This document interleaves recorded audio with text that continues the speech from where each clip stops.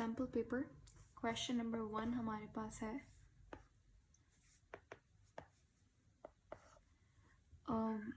Which of the following is called sulphide ion. इनमें से कौन सा सल्फाइड आयन है?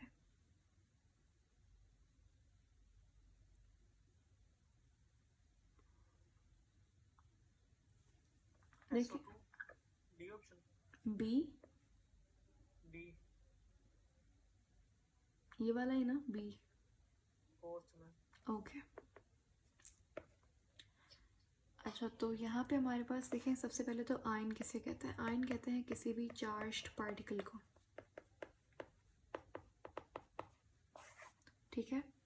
अब जहाँ पे भी वर्ड सल्फाइड का इस्तेमाल हो जाए, सल्फर, सल्फाइड, सल्फाइट, सल्फेट, तो ये सारा का सारा कौन किसका आयन होगा? सल्फर का आयन होगा, ठीक है। अब जैसे हमारे पास ऑप्शन नंबर ए अगर आप देखें तो ये हमारे पास क्या है? PO4।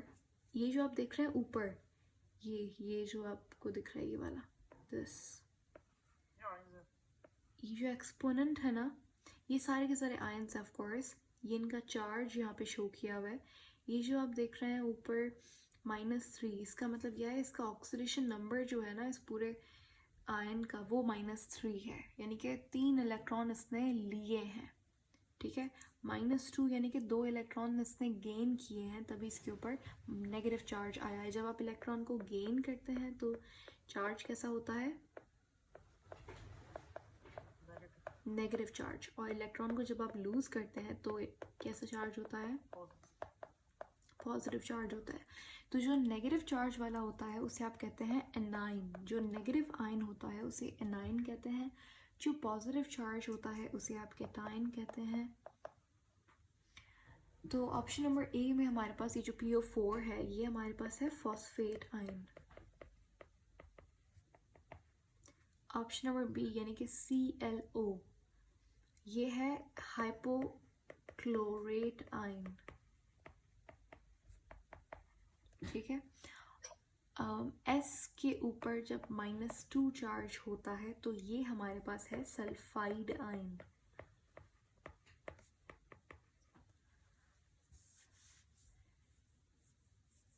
और ये ऑप्शन डी हमारे पास जो आपने कहा था SO3, -2 इसके ऊपर चार्ज है ओवरऑल SO3। SO3 हमारे पास होता है सल्फाइड आयन। अब यहाँ पे डिफरेंस है D का और T का। सल्फाइड का मतलब है S के ऊपर -2 चार्ज, सल्फाइड का मतलब है SO3 फिर -2 चार्ज। SO4 यानी कि सल्फेट आयन। सही जवाब कौन सा हुआ?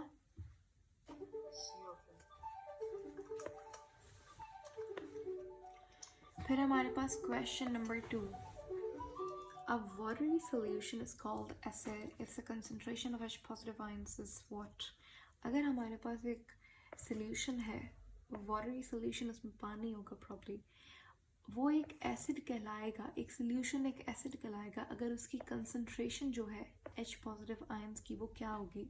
देखिए हमारे पास H पॉजिटिव आयंस यानी कि बेसिकली आपसे पूछ रहा है pH क्या होनी चाहिए H पॉजिटिव की। तो याद रखिएगा अगर 10⁻⁻7 से ज़्यादा होगी तो क्या कहते हैं हमारे पास एसिड है। अगर 10⁻⁻7 से कम होगी concentration, this is not pH, this is concentration of H positive ions, तो ये क्या हो जाएगा? ये बेस हो जाएगा। जब भी H पॉजिटिव आयंस ज़्यादा होते हैं तो वो एसिड होता है, ठीक है। तो 10 जी अच्छा, pH के अंदर हम लोग देखते हैं पावर ऑफ, यहाँ पे भी हम लोग पावर ऑफ हाइड्रोजन देखते हैं। pH स्केल हमारे पास होता है जिसके ऊपर 7 जो है वो न्यूट्रल होता है। Distilled water is having 7 pH। उसके अंदर इस pH स्केल पे अगर 7 से नीचे है तो एसिड है, 7 से नीचे। अगर 7 से ऊपर है तो बेस है। तो यहाँ पर अब आप मुझे बताएं ये वाला कॉन्सेप्ट को फॉलो करके कि कौन सा सही जवाब होगा। सॉल्यूशन इज कॉल्ड बेस, मतलब जो 10 से ज़्यादा होगा, 10 - 7 से ज़्यादा जो होगा। Option A option. एग्जैक्टली, ये ऑप्शन हमारे पास सही जवाब है। ड्रिंकिंग वाटर की पीएच क्या है? जो हम लोग पानी पीते हैं उसकी पीएच थोड़ी सी, उसकी पीएच 7 नहीं होती। हाँ, क्योंकि 7 जो होता है वो बिल्कुल प्योरेस्ट फॉर्म ऑफ वाटर होती है, उसमें कोई भी आयन नहीं होता। उसे हम कहते हैं डिस्टिल्ड वाटर। आप डिस्टिल्ड वाटर पी नहीं सकते। अगर आप डिस्टिल्ड वाटर पियेंगे, आपके बॉडी के अंदर जो भी थोड़ा बहुत करंट प्रोड्यूस हो रहा है वो कंडक्ट नहीं हो पाएगा, जिसकी वजह से एक इंसान की डेथ भी हो सकती है। अगर आप बिल्कुल प्योर डिस्टिल्ड वाटर पियेंगे तो उसमें कोई आयन नहीं होता, कोई मिनरल नहीं होता। तो जो हम पानी पीते हैं उसकी पीएच 7 से थोड़ी बहुत आगे पीछे होती है। ठीक है,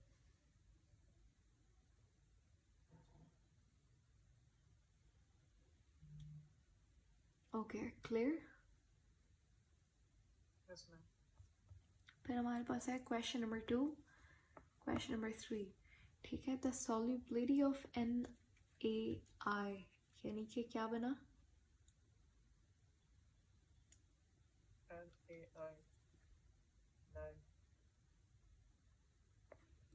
NaI, Na किसका सिंबल है? आयोडीन, सोडियम का। और I यानी कि आयोडीन। तो जब भी हमारे पास आयोडीन किसी भी मेटल के साथ कंबाइन होगा तो ये आयोडाइड कहलाएगा। Sodium iodide. जैसे NaCl क्या होता है? Sodium chloride. Yes ma'am. तो वैसे ही सोडियम आयोडाइड। तो वो कह रहा है कि भाई हमारे पास पानी के अंदर सोडियम आयोडाइड की जो सॉल्युबिलिटी है वो कितनी है? 1793 ग्राम per liter at 20 degrees Celsius. If we put 2000 gram of sodium iodide in 1 liter of water at 20 centigrade, we obtain, अगर हम देखिए सॉल्युबिलिटी इतनी है, हम लोग जो अमाउंट यूज़ कर रहे हैं वो है 2000 ग्राम्स 1 लीटर के अंदर। तो बताइए कि वो जो चीज़ हमारे पास बनेगी वो क्या होगा?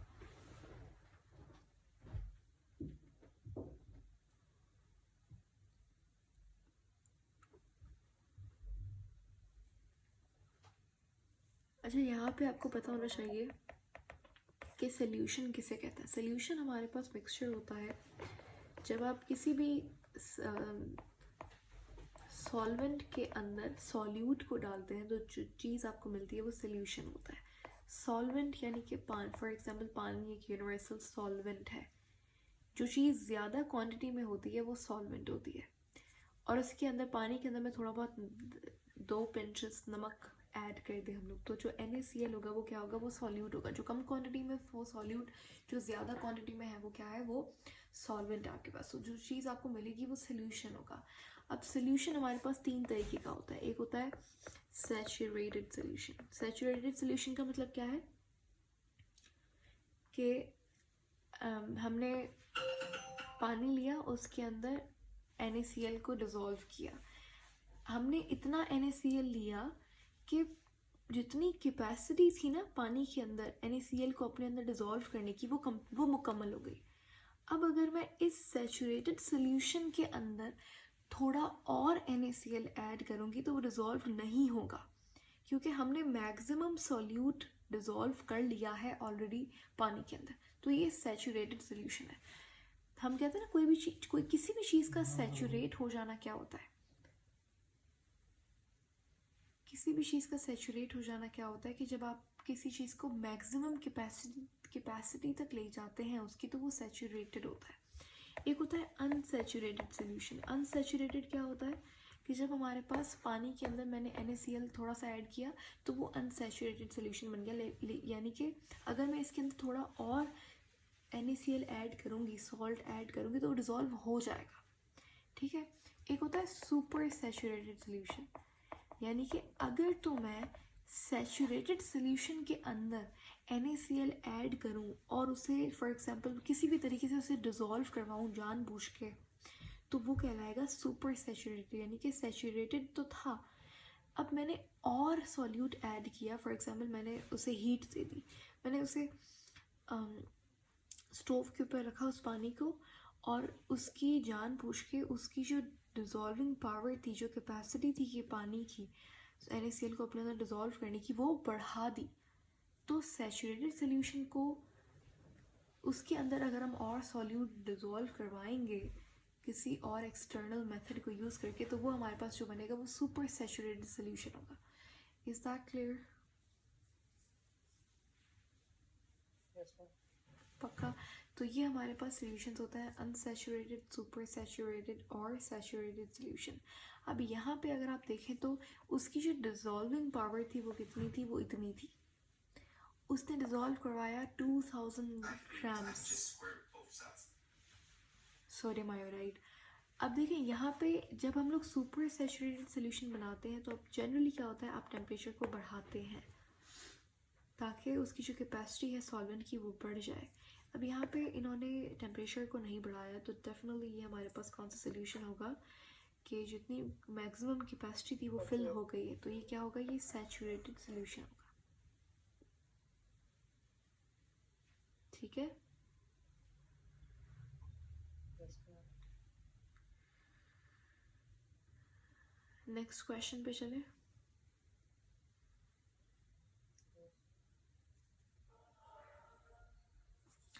फिर हमारे पास है क्वेश्चन नंबर 4 कि sea water is dash. Sea water यानी कि समुंदर का पानी जिसके अंदर बहुत सारा सॉल्ट कंसंट्रेशन होती है, जो पीने लायक नहीं होता, नमकियात वाला पानी। वो क्या है? वो एक सोल्यूशन है, वो एक प्योर कंपाउंड है, वो डिस्टिल्ड वाटर यानी कि उसके अंदर कोई भी आयन नहीं होता, वो खालिस सॉल्ट है, या फिर वो एक एलिमेंट है? Solution है। Exactly, good. तो क्योंकि उसके अंदर वो पानी है, उसके अंदर हमारे पास क्या है, डिफरेंट तरीके के सॉल्ट्स प्रेजेंट होते हैं, तो वो एक सोल्यूशन है। ठीक है, डिस्टिल्ड वाटर तो है नहीं, वो उसके अंदर सॉल्ट्स वगैरह होता है, खालिस सॉल्ट भी नहीं है, वो एक एलिमेंट भी नहीं है, एक प्योर कंपाउंड भी नहीं है वो। नेक्स्ट हमारे पास क्वेश्चन है कि अल्कीन्स क्या होता है। इस क्वेश्चन को समझने से पहले आपको थोड़ा बहुत पता होना चाहिए कि हमारे पास जो कार्बन का कंपाउंड होता है, कार्बन हाइड्रोजन का हाइड्रो कंपाउंड, हाइड्रोकार्बन कंपाउंड, उसको हम कहते हैं ऑर्गेनिक कंपाउंड। अब ऑर्गेनिक कंपाउंड 3 तरीके का होता है। एक होता है अल्केन। अल्केन का मतलब क्या है कि सिंगल बॉन्ड वाला। एक अल्कीन यानी कि डबल बॉन्ड। ऐसा नहीं कि अगर मेरे पास 10 कार्बन है यहाँ पे, चलो ये मैंने 5 बनाए तो सारा का सारा डबल बॉन्ड होना चाहिए, नहीं। अगर यहाँ पे एक भी मैं डबल बॉन्ड ऐड करूँगी तो वो अल्कीन बन जाएगा। ठीक है, अल्कीन का मतलब क्या है कि उसके अंदर एक भी डबल बॉन्ड या ट्रिपल बॉन्ड नहीं है। उसके बाद हमारे पास एल्काइन। एल्काइन क्या होता है कि जब हमारे पास एक भी ट्रिपल बॉन्ड आ जाए तो वो एल्काइन बन गया। अब यहाँ पे आप ऑप्शंस में से बताएं, what do you think which is the right option?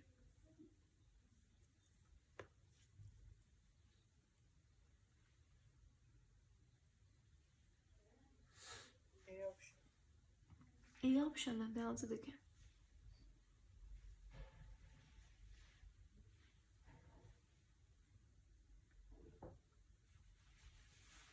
C option. Exactly, C option बिल्कुल सही है कि इसके अंदर डबल बॉन्ड होता है कार्बन एटम के दरमियान में। ठीक है, ट्रिपल बॉन्ड नहीं होगा। ट्रिपल बॉन्ड वाला क्या होगा? Alkane. Alkyne. Alkane single bond वाला है। ठीक है, सिंगल बॉन्ड वाला अल्केन है, डबल बॉन्ड वाला अल्कीन है, ट्रिपल बॉन्ड वाला अल्काइन है। ठीक है, ये भी अल्केन है।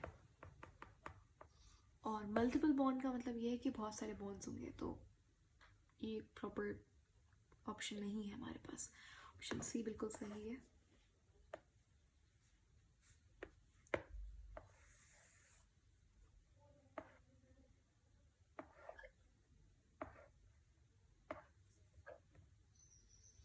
Next we have question number I guess what question number is it?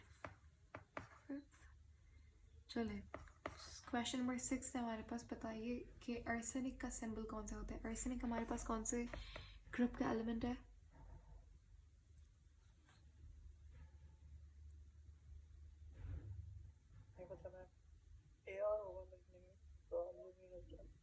ये फिफ्थ ग्रुप का एलिमेंट है। फिफ्थ ग्रुप का एलिमेंट कौन कौन से होता है, जिसको हम नाइट्रोजन फैमिली कहते हैं। तो nitrogen, phosphorus, arsenic, antimony, bismuth.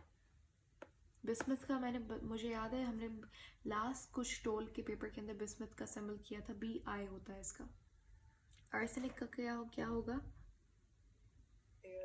As, ठीक है। Ar किसका होता है, आर्गन का। Au किसका होता है, गोल्ड का। Ag किसका होता है, सिल्वर का, ठीक है। An किसी एलिमेंट का An नहीं होता, ठीक है। क्वेश्चन नंबर 7 है हमारे पास, कंसिडर 2 कंसेक्यूटिव एलिमेंट्स। हमारे पास कंसेक्यूटिव का मतलब है एक के बाद एक, कोई भी गैप जगह नहीं, एक के बाद एक एलिमेंट। फॉर एग्जाम्पल अगर मैं बनाऊँ, आप पीरियोडिक टेबल अपने सामने रख के ये क्वेश्चन को सॉल्व कर सकते हैं, या वैसे भी कर सकते हैं डेफिनेटली, लेकिन समझने के लिए जस्ट बता रही हूँ। जैसे कि मेरे पास फर्स्ट ग्रुप है, इसमें लिथियम आया।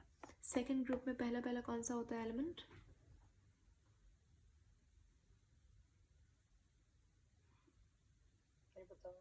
बेरिलियम होता है, ठीक है। तो अब ये दोनों क्या है, ये एक ही पीरियड के हैं। देखें इन्होंने बोला है कि सेम पीरियड, ये फर्स्ट पीरियड है तो सेम पीरियड है, सॉरी सेकंड पीरियड है ये, तो ये सेम पीरियड के एलिमेंट्स हुए और कंसेक्यूटिव, यानी कि एक ये फर्स्ट ग्रुप और ये सेकंड ग्रुप का, तो कंसेक्यूटिव समझ आ गया। तो वो कहता है कि बताइए कि जो फर्स्ट ग्रुप का एलिमेंट है और जो सेकंड ग्रुप का एलिमेंट है, उस जो सेकंड वाला है उसमें क्या चीज़ ज़्यादा होती है फर्स्ट वाले से।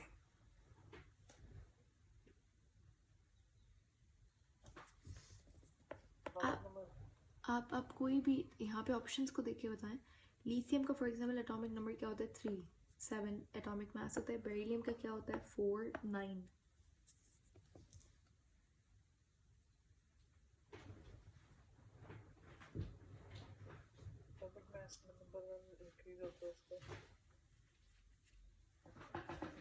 Give me the option number. अब यहाँ पे देखें ये 3 है, ये 4 है, तो क्या चीज़ ज़्यादा है, ये क्या है, atomic number. Atomic number is the sum of protons.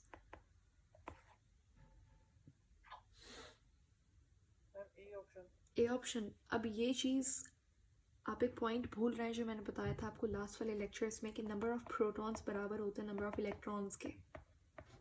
अगर प्रोटॉन बढ़ेगा तो इलेक्ट्रॉन भी तो बढ़ेगा, तो option E is the right option, ठीक है। Okay, so everything have it's logic, कोई भी चीज़ यहाँ पे ऐसे ही नहीं है। आई होप ये समझ आ गया किस तरीके से ये क्वेश्चन होगा, so that we can move to the next question.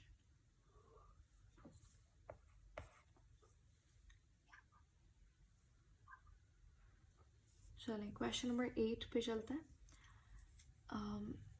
How do we call a substance that cannot be transformed in simpler substances via chemical processes? कि ऐसा कौन सी substance होती है जिसको हम further तोड़ नहीं सकते, ब्रेक डाउन नहीं कर सकते किसी भी केमिकल प्रोसेस के थ्रू।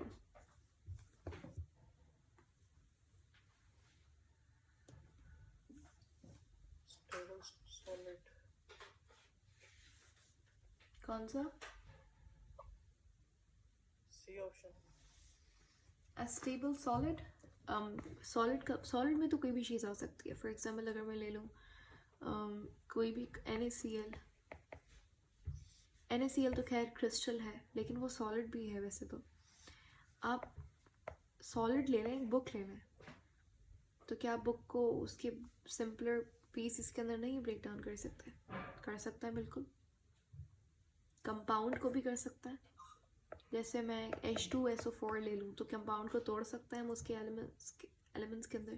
हेट्रोजेनस कंपाउंड, हेट्रोजेनस का मतलब क्या है कि डिफरेंट एटम वाला कंपाउंड, जैसे H2SO4 is a heterogeneous compound, इसको भी हम तोड़ सकते हैं। स्टेबल सॉलिड को भी तोड़ सकते हैं। प्योर क्रिस्टल NaCl को भी हम केमिकल प्रोसेस के थ्रू तोड़ सकते हैं।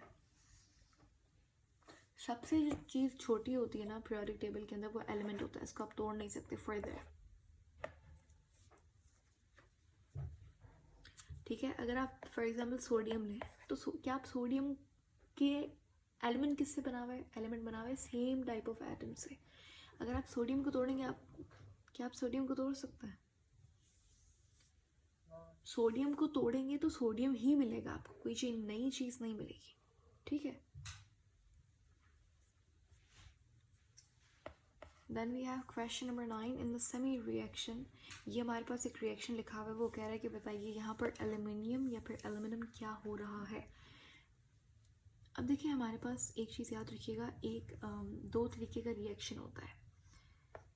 इसको आप रिडॉक्स रिएक्शन भी कहते हैं। रिडॉक्स का मतलब क्या है? Reduction, oxidation. अभी जो तीन चीज़ें हैं ये आपको हमेशा फिंगर टिप्स के ऊपर याद होनी चाहिए। आपको you need to mug it up. ठीक है, आपको इसको बिल्कुल याद करना होगा और ये बहुत इंपॉर्टेंट है। आपको हर जगह पे आगे बायो केमिस्ट्री हर कहीं काम आएगा। देखिए रिडक्शन क्या होता है? रिडक्शन होता है जब कोई भी एक कंपाउंड, एक एलिमेंट जब गेन करता है इलेक्ट्रॉन को, गेन ऑफ इलेक्ट्रॉन या फिर gain of H positive hydrogen ion, तो उसे आप कहते हैं रिडक्शन। ठीक है, एक और भी इसका होता है, तीन इसके तरीके होते हैं। ठीक है, तो तीसरा वाला कौन सा होता है? जब भी लॉस करेगा किसको? ऑक्सीजन को। तो ये तीनों, अगर इन तीनों में से कोई भी एक चीज़ होती है तो वो रिडक्शन है। इसका उल्टा कर लो ऑक्सीडेशन में, loss of electron, loss of hydrogen and gain of oxygen. Exactly. तो ये समझ आ गया।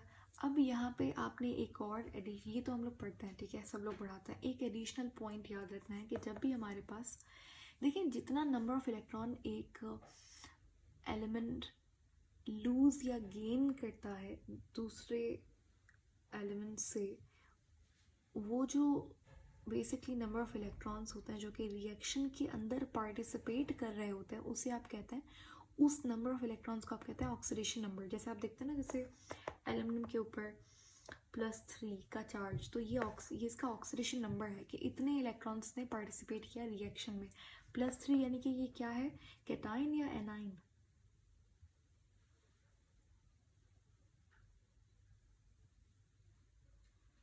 किसमें मैम? +3 है एल्यूमिनियम, तो ये कैटाइन है, एनाइन है, पॉजिटिव चार्ज है इसके ऊपर। पॉजिटिव यानी कि इसने इलेक्ट्रॉन दिए, 3 इलेक्ट्रॉन इसने दिए, तो ये कैटाइन बना। एनाइन बना भी पढ़ा था हमने थोड़ी देर पहले। एनाइन नहीं, कैटाइन है ये। एनाइन के ऊपर नेगेटिव चार्ज होता है, कैटाइन के ऊपर पॉजिटिव चार्ज होता है। ठीक है,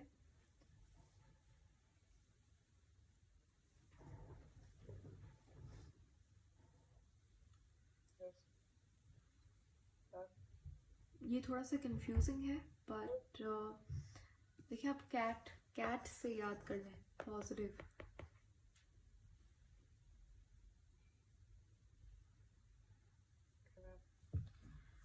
तो रिडक्शन के अंदर जो पॉइंट मुझे बताना था वो ये था कि रिडक्शन के अंदर आपके पास जो ऑक्सीडेशन नंबर है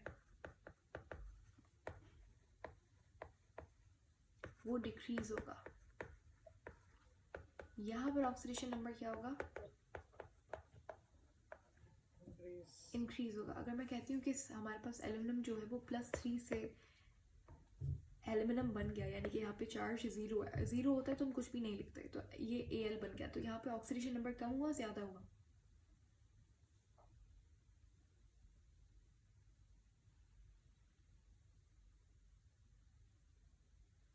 +3 से 0 बना है, तो सिंपल सा क्वेश्चन है भाई, प्लस हुआ ज़्यादा हुआ?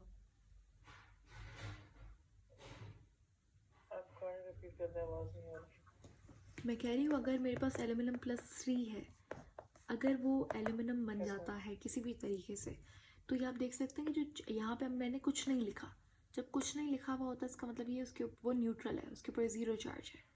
ठीक है, तो अब यहाँ पे ऑक्सीडेशन नंबर +3 से 0 हो गया, तो ये कम हुआ, ज़्यादा हुआ ऑक्सीडेशन नंबर? कम हुआ, तो ये रिडक्शन हुई, ऑक्सीडेशन हुई? रिडक्शन। तो हम कह सकते हैं एल्यूमिनियम इज रिड्यूस्ड। अभी आप क्वेश्चन करें।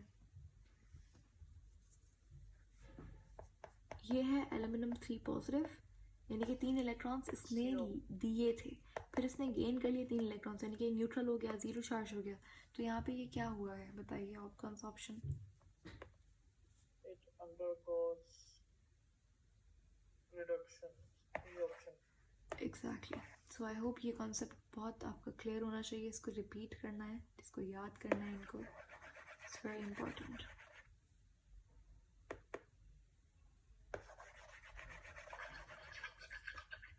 नेक्स्ट हमारे पास जो है वो है question number 10। In the molecule F2 यानी कि ये the two fluorine atoms are bound together, यहाँ पे कौन सी बॉन्डिंग हुई हुई है?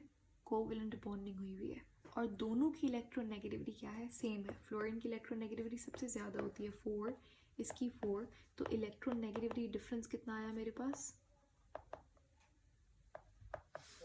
4 - 4 0। डिफरेंस का मतलब क्या होता है? माइनस करना, बताया था मैंने ये। प्रोडक्ट का मतलब क्या होता है? मल्टीप्लाई। क्वोशिएंट का मतलब डिवीजन। सम का मतलब एडिशन। तो डिफरेंस, इलेक्ट्रोनेगेटिविटी डिफरेंस कितना होगा? 0 होगा। 4 - 4 कर देंगे। तो जब हमारे पास इलेक्ट्रोनेगेटिविटी डिफरेंस 0 होता है या फिर बहुत कम होता है, तो वो कंपाउंड कैसा होता है? नॉन पोलर होता है। कोवेलेंट तो होता है लेकिन नॉन पोलर कोवेलेंट होता है। तो इसका सही जवाब क्या होगा? D option. Non-covalent. Non-polar covalent compound. ठीक है। बाकी आपको पता है पोलर कोवेलेंट कंपाउंड, जैसे अगर मैं NaCl की बात करूँ तो ये एक, चलो ये तो एक आयोनिक कंपाउंड है। पोलर कोवेलेंट कंपाउंड की एग्जांपल में हम लोग बात करते हैं H2O की। ठीक है। ऑक्सीजन की इलेक्ट्रोनेगेटिविटी अच्छी खासी 3.5 होती है, हाइड्रोजन की 2.1 होती है। तो इसका जो इलेक्ट्रोनेगेटिविटी डिफरेंस है वो इट्स अ गुड नंबर। तो इसलिए ये क्या है? ये एक पोलर कोवेलेंट कंपाउंड है। नॉन पोलर का आपको ये मिल गया। जितने भी सेम, देखिए हमेशा याद रखिएगा, जितना भी होमो एटॉमिक कंपाउंड होगा, कोवेलेंट कंपाउंड, वो सब के सब क्या होंगे? नॉन पोलर होंगे। जैसे Cl2, N2, ठीक है। N2 के अंदर 3 कोवेलेंट बॉन्ड बने हुए होता है। समझ आ गया? Yes, ma'am. मेटेलिक बॉन्ड यानी कि जो मेटल के दरमियान में होगा। कोऑर्डिनेट कोवेलेंट, अच्छा ये हमारे पास एक एडिशनल टाइप ऑफ बॉन्ड होता है जिसको कोऑर्डिनेट कोवेलेंट या फिर डेटिव बॉन्ड कहते हैं। 3 तरीके का बॉन्ड होता है, एक आयोनिक, कोवेलेंट और डेटिव बॉन्ड। डेटिव बॉन्ड होता है लोन पेयर की वजह से। देखिए इलेक्ट्रॉन 2 तरीके का होता है, एक होता है लोन पेयर, एक होता है बॉन्ड पेयर।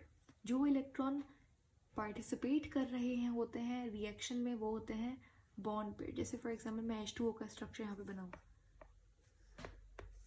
ये ऑक्सीजन है, ये हाइड्रोजन है और ये हाइड्रोजन है। अब यहाँ पे ये हाइड्रोजन के पास एक इलेक्ट्रॉन, ऑक्सीजन की वैलेंस शेल में कितना इलेक्ट्रॉन होता है? 6 इलेक्ट्रॉन होता है। 1 2 3 4 5, ठीक है। तो अब ये 2 इलेक्ट्रॉन, ये 2, ये कितने? 6 हो गए इलेक्ट्रॉन वैलेंस शेल में, यही होता है। Yes, ma'am. इसके पास एक इलेक्ट्रॉन। अब ये कोवेलेंट बॉन्ड कर रहे हैं, कोवेलेंट बॉन्ड यानी कि यहाँ वाला इलेक्ट्रॉन शेयर हो रहे हैं। तो ऑक्सीजन को ये 2 इलेक्ट्रॉन भी मिल रहे हैं। ऑक्सीजन क्या बताइए, क्या ऑक्सीजन स्टेबल हो गया? Yes, ma'am. ठीक है, क्योंकि 6 ये इलेक्ट्रॉन हो गए, 7 8, चलो ऑक्सीजन का ऑक्टेट कंप्लीट। ठीक है। हाइड्रोजन की बात करते हैं, हाइड्रोजन का खुद का इलेक्ट्रॉन, ये इलेक्ट्रॉन भी इसके ऑर्बिट में आएगा, तो ये 1 2 2, यानी कि ड्यूप्लेट रूल कंप्लीट, हाइड्रोजन भी स्टेबल हो गया। अब यहाँ पे आप देखें ये 2 इलेक्ट्रॉन्स कोवेलेंट बॉन्ड में पार्टिसिपेट कर रहे हैं, तो ये हमारे पास क्या है? ये बॉन्ड पेयर है।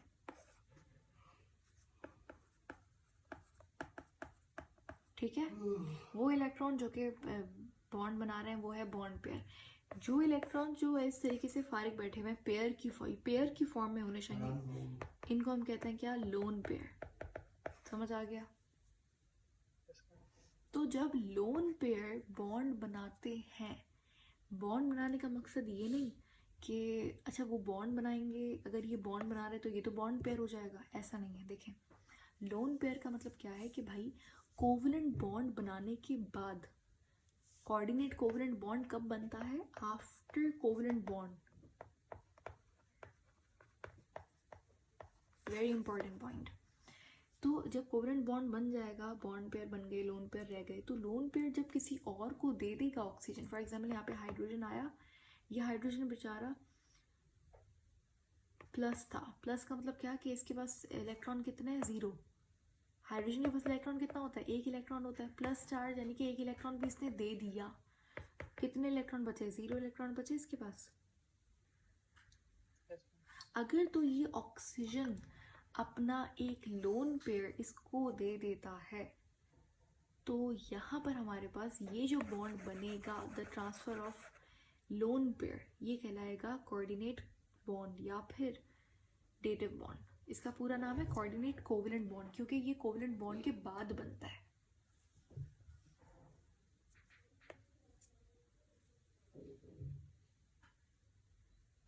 Clear? okay. Yes, sir.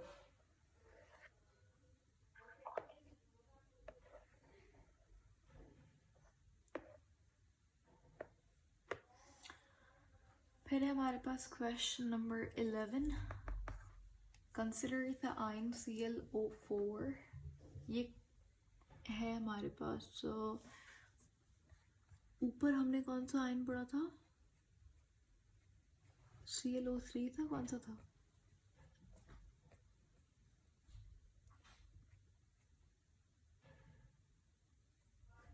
CO में ClO था, ClO, Cobalt.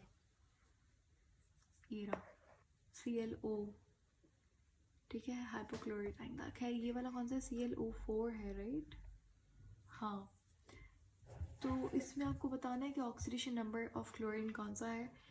ये मैं आपको एक्सप्लेन करूँगी किसी और क्लास में। ये पूरा टॉपिक है जहाँ पे हम लोग ऑक्सीडेशन नंबर समझेंगे। यहाँ पे ये पूछ रहा है, देखो बताओ कि यहाँ पे क्लोरीन का ऑक्सीडेशन नंबर क्या। ऑक्सीडेशन नंबर आपको पता है कि number of electrons participating in the reaction, कि कितने इलेक्ट्रॉन्स यहाँ पर क्लोरीन के हमारे पास वो ले रहा है या फिर दे रहा है ऑक्सीजन को। वैसे तो देगा, क्लोरीन के ऊपर यहाँ पे पॉजिटिव चार्ज होना चाहिए। और यहाँ पे सही जवाब मैं आपको डायरेक्ट बता देती हूँ, आई एक्सप्लेन दिस क्वेश्चन किसी और दिन। +7 इसका सही जवाब है, Yes, sir. ठीक है। इस आयन का नाम क्या है, परक्लोरेट आयन। ऊपर हमने पढ़ा था ClO 4 की वजह इसकी ऑक्सीडेशन नंबर था। इसको हम कहेंगे हाइपोक्लोरेट आयन। Yes, sir. ये हमारे पास कौन सा है, परक्लोरेट आयन, ClO4।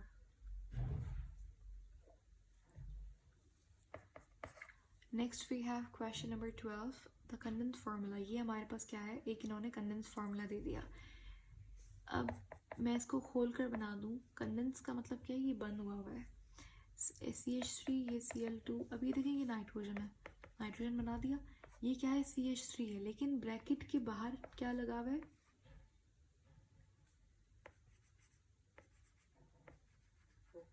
2 लगा हुआ है। इसका मतलब क्या है कि कितने CH3 होंगे, 2 होंगे।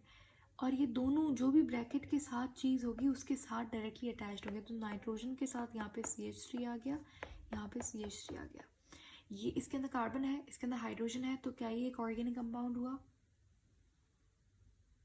जो ब्रैकेट के साथ होंगे वो अंदर मल्टीप्लाई नहीं होंगे या ऐड होंगे। नहीं नहीं नहीं, ये वैसे नहीं है। इसका मतलब ये है, जब भी ब्रैकेट के बाहर इस तरीके से 2 लगा हुआ हो, इसका मतलब ये कि इतने नंबर ऑफ वो चीज़ होगी। तो यहाँ पे 2 है, तो यानी कि 2 मिथाइल ग्रुप्स होंगे, एक ये रहा, एक ये रहा। और क्योंकि नाइट्रोजन के साथ ये लगे हुए थे, तो ये दोनों मैंने नाइट्रोजन के साथ अटैच किए हैं। सही है। Yes, sir. अब ये ऑर्गेनिक कंपाउंड है या नहीं,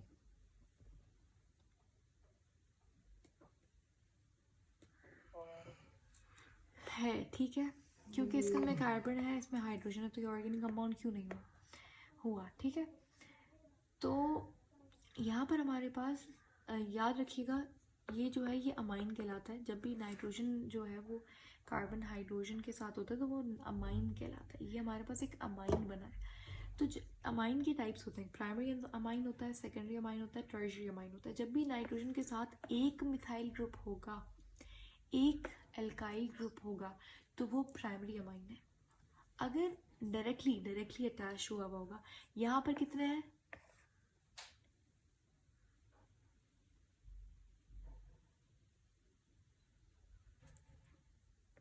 ये एक, ये रहा, दूसरा ये, तीसरा ये, कितने हुए? 3 है। तो ये क्या, कौन सा माइन हुआ? Tertiary. Tertiary.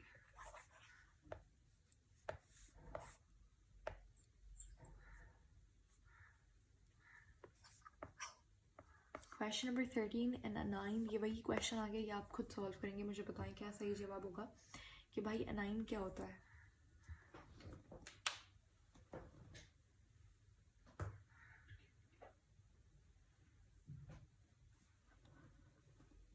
Loss of proton and gain of 1 electron.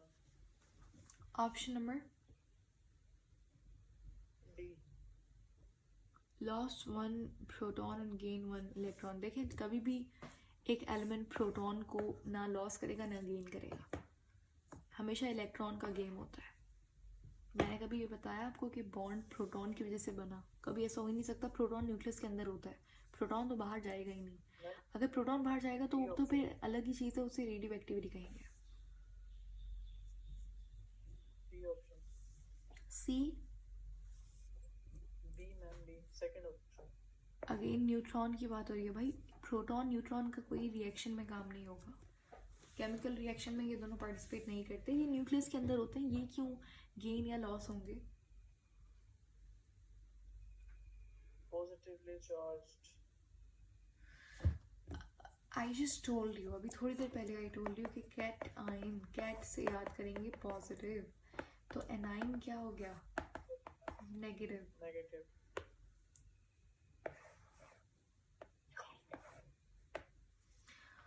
Okay, question number 14, the chemical bond between an alkali metal and halogen. ये बहुत बार बताया है, हेलोजन किसे कहते हैं? पहले तो हेलोजन कहते हैं 7th ग्रुप के एलिमेंट को।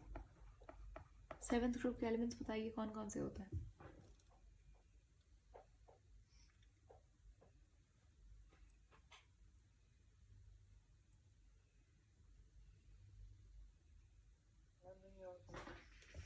फ्लोरीन, क्लोरीन, ब्रोमीन, आयोडीन, एस्टेटीन, यही होता है। तो ये सारे के सारे क्या है? हेलोजन्स कहलाते हैं। हेलोजन क्यों कहता है? हेलोजन का मतलब होता है सॉल्ट फॉर्मिंग एलिमेंट्स, जो ज़्यादातर सॉल्ट बनाए। ये जब किसी भी मेटल के साथ कंबाइन होते हैं तो ये सॉल्ट बनाता है। खैर, तो वो कह रहे हैं जब भी हमारे पास एक अल्कली मेटल, किसे कहता है? अल्कली मेटल कहता है फर्स्ट ग्रुप वाले एलिमेंट्स को। फर्स्ट ग्रुप बोले तो lithium, sodium, potassium, lithium, sodium, potassium, rubidium, caesium, ये सारा का सारा अल्कली मेटल है। तो वो कह रहा है कि जब हमारे पास ये दोनों कंबाइन होते हैं तो हमारे पास कौन सा बॉन्ड बनता है? मैंने बताया था ये क्या है, ये मेटल है, ये नॉन मेटल हुआ, ये नॉन मेटल है। जब मेटल नॉन मेटल के दरम्यान में बॉन्ड बनता है तो कौन सा बॉन्ड बनता है? देखो NaCl फॉर एग्जांपल, आपको इसका एग्जांपल ले लें, NaCl, तो ये कौन सा बॉन्ड बना? Ionic bond. ठीक है, तो जब भी मेटल नॉन मेटल कंबाइन होगा तो वो आयोनिक बॉन्ड बनाएगा, जब भी मेटल मेटल कंबाइन होगा तो वो मेटेलिक बॉन्ड बनाएगा, जब भी नॉन मेटल कंबाइन होगा तो वो कोवेलेंट बॉन्ड बनाएगा। और ये क्या है? Wonder wall forces. मैंने बताया था जब भी मॉलिक्यूल के दरमियान में फोर्सेस होंगी वो वंडर वॉल फोर्स होगा। जैसे NaCl के दरमियान में तो आयोनिक बॉन्ड है, लेकिन NaCl का एक मॉलिक्यूल और NaCl का दूसरा मॉलिक्यूल, इनके दरमियान में जो अट्रैक्शन होगी वो वंडर वॉल फोर्स होगी। ठीक है, ये होती है मॉलिक्यूल के दरमियान में forces. Last question of the day हमारे पास है क्वेश्चन नंबर 15 फाइनली। इसमें कह रहे हैं कि एन एटम मास, एटम का जो मास होता है वो क्या होता है? Proton, electron. तो कौन सा ऑप्शन सही होगा यहाँ पे? A option. Electron.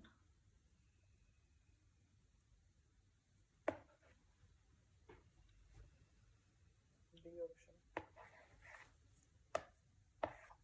D option.